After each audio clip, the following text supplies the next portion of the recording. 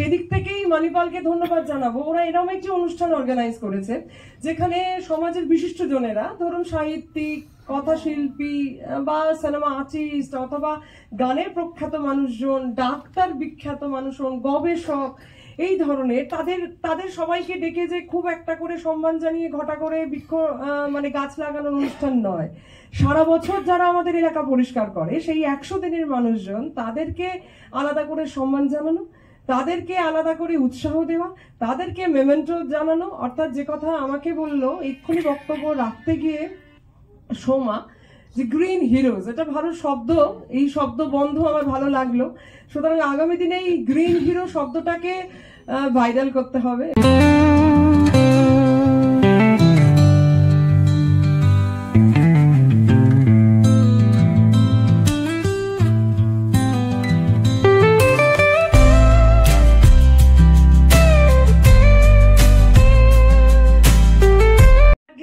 আজকে বিশ্ব পরিবেশ দিবসে আপনাদের সকলকে শুভেচ্ছা। বিশেষ করে প্রথমে যার কথা বলতেই হয়, যাদের কথা বলতে হয়, তারা মানিপাল হসপিটালের পক্ষ থেকে প্রতিনিধিত্ব করছেন, বিশেষ করে মিস্টার কোমল দোসেরা, যাকে আমি 2015 সাল থেকে চিনি, যখন আমাদের এই হাসপাতালের সামনেটা হোগলা বন, এবং বেশ আমি এত লম্বা, তারপরেও আমার হাঁটু কোমর পর্যন্ত জল জমতো। সেই সময় থেকে তারা হাসপাতালে স্ট্রাগল করছেন, অর্থাৎ কি করে আরেকটু বেশি পেশেন্টদের একটু পরিষেবা দেওয়া যায়, এলাকায় মানুষজন যারা আসছেন তাদেরকে আরেকটু কি করে ভালো পরিবেশে রাখা যায়, সেই চেষ্টা সামিল হওয়া ওনারা অনেক আগে, আমি 2015, এবং তারপরেই আমাদের মিলিত যুদ্ধ, এবং আজ 2025-এ এসে সেই যুদ্ধের কিছুটা বিরতি হয়েছে জানেন। যুদ্ধ বিরতিতে একটু ফিরে দেখতে গিয়ে দেখেছি যে অন্তত কিছুটা হলেও এলাকাটা একটু পরিষ্কার হয়েছে।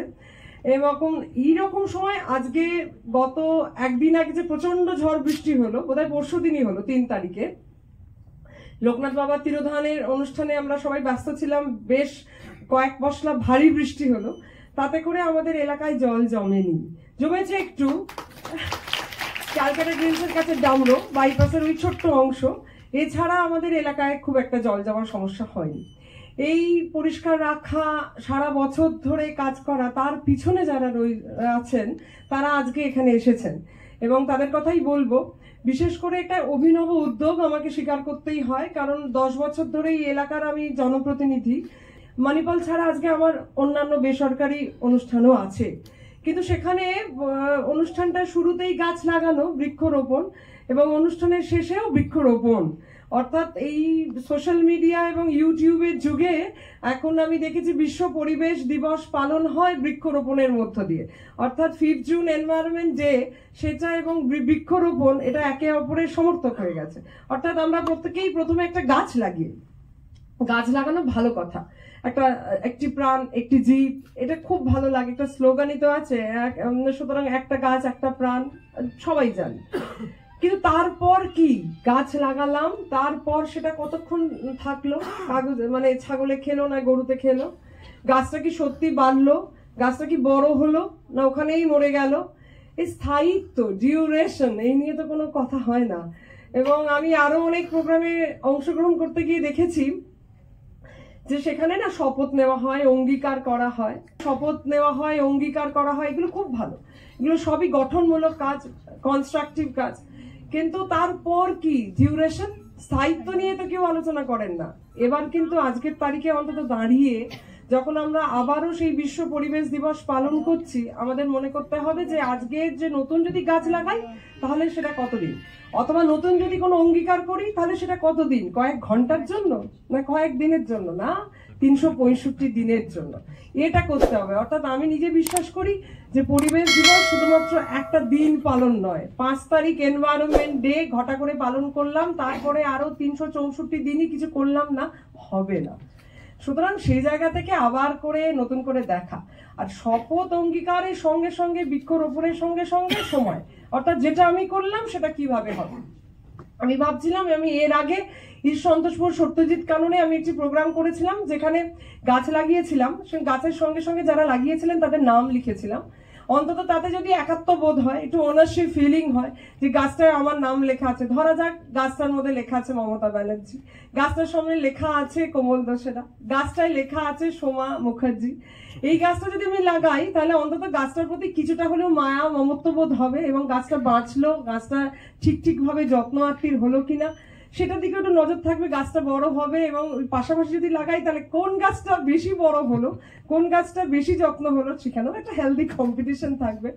এরকম ভাবে যদি ওনারশিপ করে দেওয়া যায়, অর্থাৎ এলাকায় যারা বিশিষ্ট জনে আছেন তাদের নামে, স্কুলের বাচ্চাদের নামে, ডাক্তারদের নামে, যারা প্রভাবিত করতে পারে সমাজকে, তাদের নামে যদি এরকম করেও করে দিতে পারি তাহলেও কিছুটা হলেও উদ্বুদ্ধ করতে পারবো। আমাদের উৎসাহ দিতে হবে, জানেন, আমাদের শুধু করে অনুষ্ঠান নয়।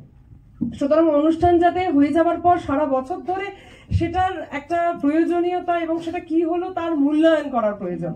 সেদিক থেকেই মানিপালকে ধন্যবাদ জানাবো। ওরা এরকম একটি অনুষ্ঠান অর্গানাইজ করেছে যেখানে সমাজের বিশিষ্ট জনেরা, ধরুন সাহিত্যিক, কথাশিল্পী বা সিনেমা আর্টিস্ট অথবা গানের প্রখ্যাত মানুষজন, ডাক্তার বিখ্যাত মানুষজন, গবেষক, এই ধরনের তাদের সবাইকে ডেকে যে খুব একটা করে সম্মান জানিয়ে ঘটা করে মানে গাছ লাগানোর অনুষ্ঠান নয়, সারা বছর যারা আমাদের এলাকা পরিষ্কার করে সেই 100 দিনের মানুষজন, তাদেরকে আলাদা করে সম্মান জানানো, তাদেরকে আলাদা করে উৎসাহ দেওয়া, তাদেরকে মেমেন্টো জানানো। অর্থাৎ যে কথা আমাকে বললো এক্ষুনি বক্তব্য রাখতে গিয়ে সোমা, যে গ্রিন হিরোজ, এটা ভালো শব্দ, এই শব্দ বন্ধ আমার ভালো লাগলো।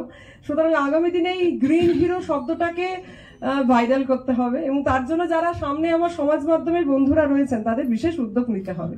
এখন যদি অনুব্রত মণ্ডলের কোনো কথা বলতাম তাহলে দারুণ ভাবে সবাই শেয়ার করতো, কিন্তু এটা তো কনস্ট্রাকটিভ কাজ, গঠনমূলক কাজ। কলকাতা কর্পোরেশনের 100 দিনের মানুষ, তাদের সম্মান জানানোর কাজ, তাতে উৎসাহ বড় ভাটা পড়ে যায়। সেই জায়গা থেকে বলবো অন্তত আপনারা যারা শিক্ষিত মানুষজন, সমাজের বিশিষ্ট মানুষজন, দায়িত্ব নিয়ে একটা কাজ করেন, এবং সংবাদ মাধ্যম তো সংবিধানের একটা চতুর্থ স্তম্ভ বলা হয়। সুতরাং সেই জায়গা থেকে যদি এইটাকে ভালো করে প্রচার করেন, অর্থাৎ মণিপালে যে উদ্যোগ, যারা প্রতিদিন কাজ করছে সেই মানুষগুলোকে সম্মান জানানো, তাদেরকে মেমেন্টো দিয়ে, তাদেরকে আলাদা করে ডেকে চিহ্নিত করে তাদেরকে উৎসাহ দেওয়া, এটা যদি করতে পারি, তার সঙ্গে সঙ্গে পরিবেশ রক্ষার জন্য যা আমাদের প্রয়োজনীয় দায়িত্ব কর্তব্য, সেটা তো আমরা একটা দায়িত্ববান নাগরিক হিসেবে করবই, সেটা করা যায়, তাহলেই বোধহয় যৌথ প্রয়াস ঠিক হবে, ভালো হবে। আরো একটি কথা জনপ্রতিনিধি সরকারের পক্ষ থেকে বলি, দেখুন ভারতবর্ষ তো এখন 4র্থ বৃহত্তম অর্থনৈতিক দেশ, সুতরাং এগিয়ে গেছে। কিন্তু এর সঙ্গে সঙ্গে যেহেতু ভারতের পপুলেশন বেশি, অর্থাৎ ধরুন ভারতে 140 কোটি জনগণের দেশ, এবং এরপরেই চীন আছে, এই ধরনের বড় জনসংখ্যার দেশ যেখানে, সেখানে এবং গরিব, সেখানে সরকারের প্রায়োরিটি থাকে মানুষের বেসিক নিড বলতে অর্থাৎ তাদের বাসস্থান, তাদের খাদ্য।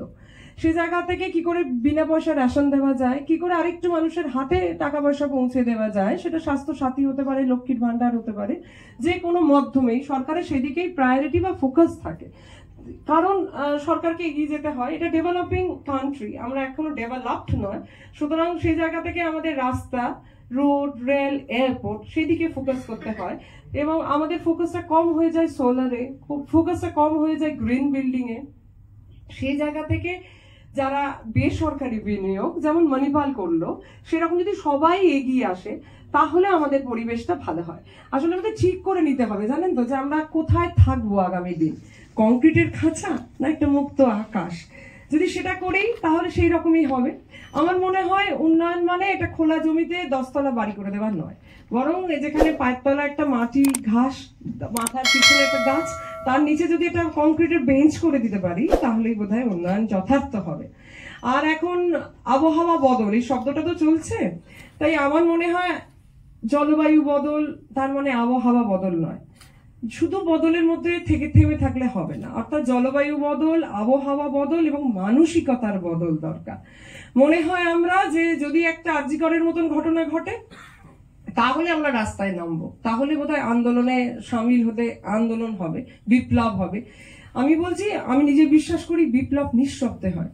আর যদি এখান থেকে এই মণিপালের উদ্যোগকে মাথায় রেখে প্রত্যেকের বাড়ির সামনে, যদি যার বাড়ি আছে, ছাদ আছে, সেই ছাদে অথবা বাড়ির বারান্দায়, অথবা যদি সেটাও না থাকে তাহলে বাড়ির সামনে জায়গাটুকুনি তো আছে, তাতে যদি একটা ছোট গাছ টবে লাগাতে পারি, এবং এই ভারী বর্ষায় গাছের গোড়ায় জল জমলে ডেঙ্গি হবে, সুতরাং সেই জলটা ফেলে দিতে পারি। অন্তত রাস্তা দিয়ে বেরোনোর সময় যে আমরা কেএফসি থেকে খাবারগুলো কিনে খাই অথবা অন্য যা কিছু খাই সেটা হাতে নিয়ে পকেটে নিয়ে চলতে পারি, রাস্তায় না ফেলে দিতে পারি, তাহলে আজকের এই অনুষ্ঠানের তাৎপর্য হবে। তা না হলে এই অনুষ্ঠান ঘটা করে সবাইকে মিলে করা এবং শূন্য রেজাল্টে পরিণত হবে। সুতরাং আন্দোলন মানে প্লাকার্ড নিয়ে রাস্তায় বেরিয়ে রাত্রিরে দখল করে রাস্তায় বসে থাকা নয়। আন্দোলন আজকে এক্ষুনি এখান থেকে শুরু হতে পারে। সুতরাং যে পথ আমাদের দেখিয়েছে মণিপাল হসপিটাল, সুতরাং সেইভাবে আমার এটা হাসপাতাল পাড়াও বটে, অন্যান্য হাসপাতালও যদি এই উদ্যোগগুলো নেয় ভালো লাগবে আমার এই বলে। আর আজকে রাষ্ট্রপুঞ্জের থিম আমি এক্ষুনি গুগল সার্চ করে দেখলাম, ওরা বলছে বিট প্লাস্টিক পলিউশন, নিশ্চয়ই সেটা নিয়ে কাজ হবে। মনে রাখতে হবে আর একটা পৃথিবী নেই ভাই, যদি এখানে যদি জায়গা না হয় তাহলে অন্য কোথাও যাওয়ার জায়গা নেই। সুতরাং একটা পৃথিবী, এবং তাতে করে কি করে আরেকটু ভালো থাকা যায় এবং সেই পৃথিবী কি করে বসবাসের যোগ্য করে তোলা যায়, কি করে আন্দোলনে সামিল হওয়া যায়, তার শুরু আজ এই মুহূর্তে মণিপাল থেকেই হোক। এবং মণিপালের যে ক্যাচ লাইন লাইভ অন, সেটাকে সমর্থন জানিয়ে বিশেষ করে আমাদের এখানে যে উদ্যোগের যে ক্যাপ্টেন কমল দোসেরা সাহেব এবং তার যে সহকারী, বিশেষ করে সোমা চক্রবর্তী সহ যারা এখানে রয়েছেন, তাদের ডক্টরসরা, তাদের সবাইকে ধন্যবাদ জানিয়ে কলকাতা কর্পোরেশনের পক্ষ থেকে যারা এসেছেন, আমার 100 দিনের ওয়ার্কার্স এবং থানা থেকে পূর্ব যাদবপুর থানার সম্মানীয় সরকারি আধিকারিক এখানে উপস্থিত আছেন, বিশেষ করে আমার সমাজ মাধ্যম, আমার অফিস এবং সবাই আজকে মিলিত হয়েছেন, গো গ্রিন হয়েছেন। সুতরাং সবাইকে অনেক শুভেচ্ছা, অনেক অভিনন্দন। খুব ভালো থাকবেন, নমস্কার।